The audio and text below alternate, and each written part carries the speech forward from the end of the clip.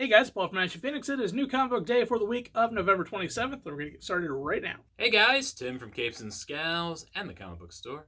Hi. Let's talk comics. I've got trades, people. We've got Red Hood Outlaw, Volume 2. This book took a cool turn. I enjoy it. We have Fearless, which was a mini-series focusing on all those Marvel people. We've got Miss Marvel Team Up. What? Which is Marvel Team Up issues 1 through 6. We have Realm Volume 3. That's a pretty cool book. We've got Thanos Volume 2. I don't know. Thanos. No, Volume 1. 1 through 6. The Teeny Howard run. So much reboots. I can't do it, man. I can't do it. I'm sure the book's fine. And then this one's fun. The Adventures of Spider-Man. This is these are old Spider-Man stories from the Spider-Man magazine that came out at the same time as the cartoon in the 90s. This is fun stuff, so probably haven't read this before. Check it out. First up, we have Fallen Angels issue number 2. I wanted to see if this book got better, and it did. I was surprised. I was not expecting it to. I was expecting this book to just be as crappy as it was the first time, and it wasn't. This goes more into Conan's backstory, which now suddenly I'm interested in. It seems a little bit better. I'm not a huge fan of the art, simply because it's kind of a similar style if you've read Lazarus. You really have to pay attention to the dialogue to kind of understand who is saying what, because the art makes it to the point where everybody looks kind of like everybody else. And that is the only thing that's kind of distracting about this book.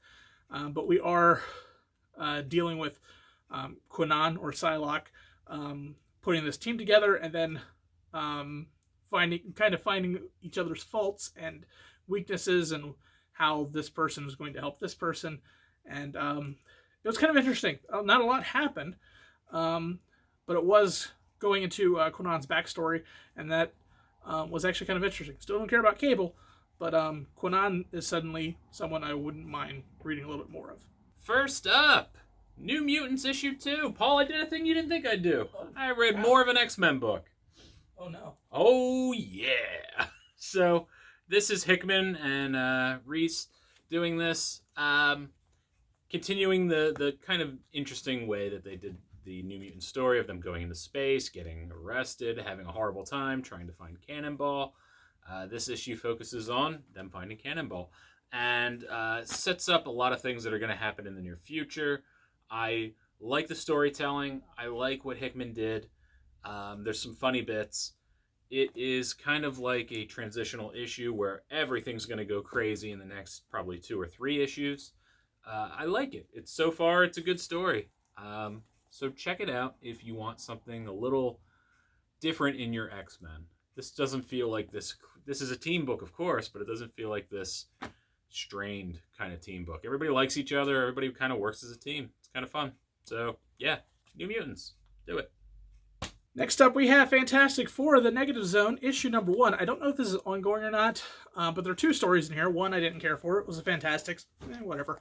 But the other story is Fantastic Four having to go into the Negative Zone. And what you find out is there are pockets of the Negative Zone that have time dilation, where like some things go slower, some things go faster.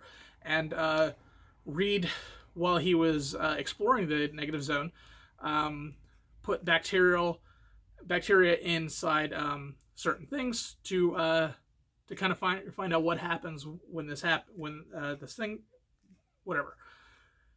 what happens to bacteria if able to view it a long time ago. This particular sample was lost during a fight with an Nihilus, and the beacon is now reactivated, and they come to find a super sentient bacterial colony and problems, more or less. It was a really good story. The art was really good. It was very interesting. Fantastic, you can take or leave. But this was a fun story. So if you're looking for a flyer, definitely grab this one. All right, next up, I kind of had to, Paul. Conan, $20.99 number 1. So Conan don't belong in $20.99. And if you remember $20.99, Some people have nostalgia; they kind of remember it fondly. Other people don't. I was surprised they wanted to go back to it. I don't think it ever really hit its mark. The Spider-Man did good. Doom was good. If you ever read Doom, the Doom 2099 stuff got real good, especially at the end. But this isn't about that. This is about Conan. So Conan ends up being cursed by Morgan Le Fay, and he actually lives till 2099. And it is the story of him being perceived by the people as a mad king, and he is just talking to air, and they're all very scared of him because they think he's gone mad, but he's still very powerful. And this is the story of him trying to get rid of her after decades of her being in his head, and he's just sad, really. So this takes place after his time warp to Savage Avengers, and it's just him being the same age and being all crazy. Pretty well done. Good story. The art's fine. It's just a very weird story, and I don't know if this is going to be a one and done or if they're going to do something with this in the future. I don't know. It's just such a weird concept, but I appreciate the idea. The concept was pretty cool. And my pick of the week is John Constantine, Hellblazer, issue number 1. I like the way this story is written, mainly because they make it abundantly clear that you are in Cockney versions of London and England in general, with their the way they write the dialogue to make it abundantly clear that this is not America. But the story is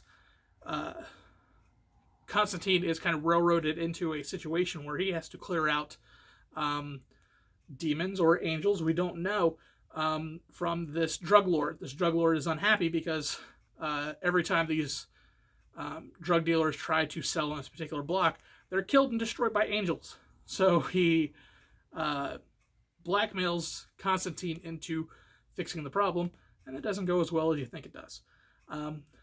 Story writing was really interesting. Constantine's an interesting character in general, and when he's written well, he's a really fun character to deal with, and this was written very well. Here we go. You ready? You ready, Paul? I'm ready. You got your ready pants on?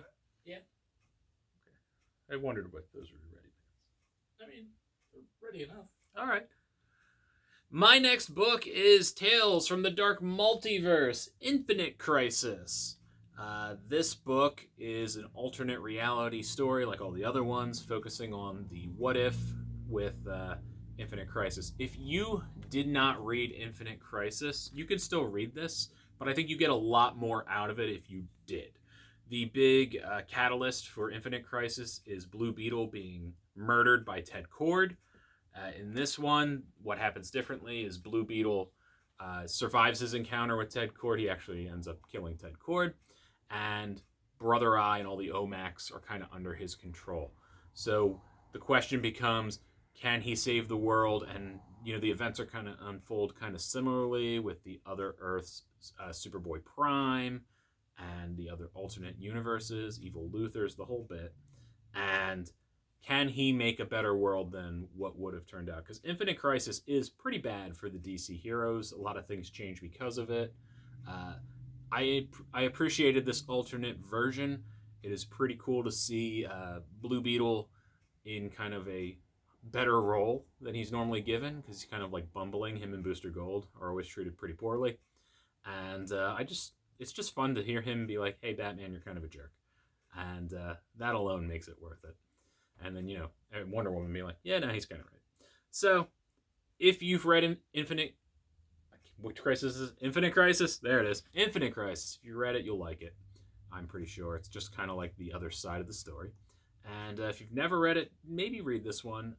Maybe it would make you want to read Infinite Crisis, which is a pretty good book. That's Jeff Johns, if my brain works correctly. This one is Tinian the Fourth. Always good. And yeah, I recommend it. So do it. Just do it. Don't even think about it. The art really kind of lends itself to the dark tone of the story. But yeah, it was fun. It was definitely one to pick up if you are a fan of the Sandman universe and anything like that.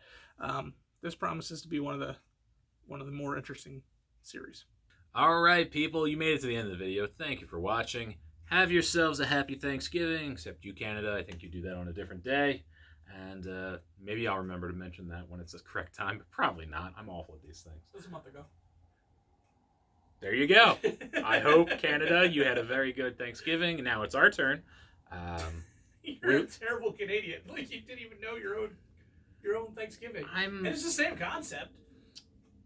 It's the same concept. I am kind of a jerk, so I guess I am a terrible Canadian. I mean, you guys did less. Let's be clear. I was born here, okay? Yeah. Let's just be clear that I'm, let's not just turn the comment section into like a weird U.S. versus Canada. Yeah, I don't need that. Nobody needs that. Canada. No, don't do that. So, basically, the moral of the story is have a good, happy, safe holiday. Don't drink too much and go drive and do stupid things like that, because we want you to come back and watch our videos, and we'll keep entertaining you. And I mean, it's just good not to get into a car all drunk and all messed up. Designated drivers, they're important. Or Uber. Or Uber. You've got a phone that you stare at constantly. You could pay $20 to have them take you home, or whatever insane fee it is by the time you get home. Or just take you to the next bar, and then you can pass out there. But that's it. Eat turkey, whatever. Who cares? Football, whatever. Rah, rah, rah. Canadian Thanksgiving. Canadian Thanksgiving. I mean, when you think about it, Paul, I am a pretty terrible Canadian. I'm a very rude human being. You really are. Thanks, buddy.